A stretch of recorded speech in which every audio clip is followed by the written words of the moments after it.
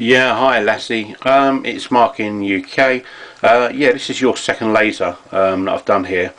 Basically, the problem with this one, okay, is the laser was dead, obviously, and this spindle part was pushed right down.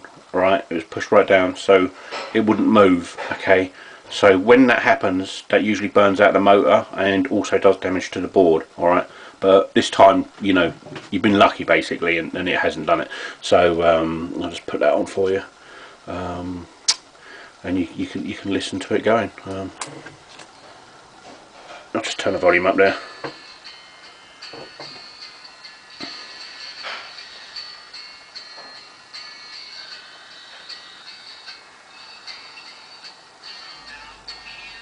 Yeah, so like I say, you know, it's fully working.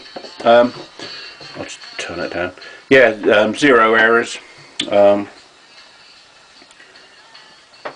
This one's in pretty good condition.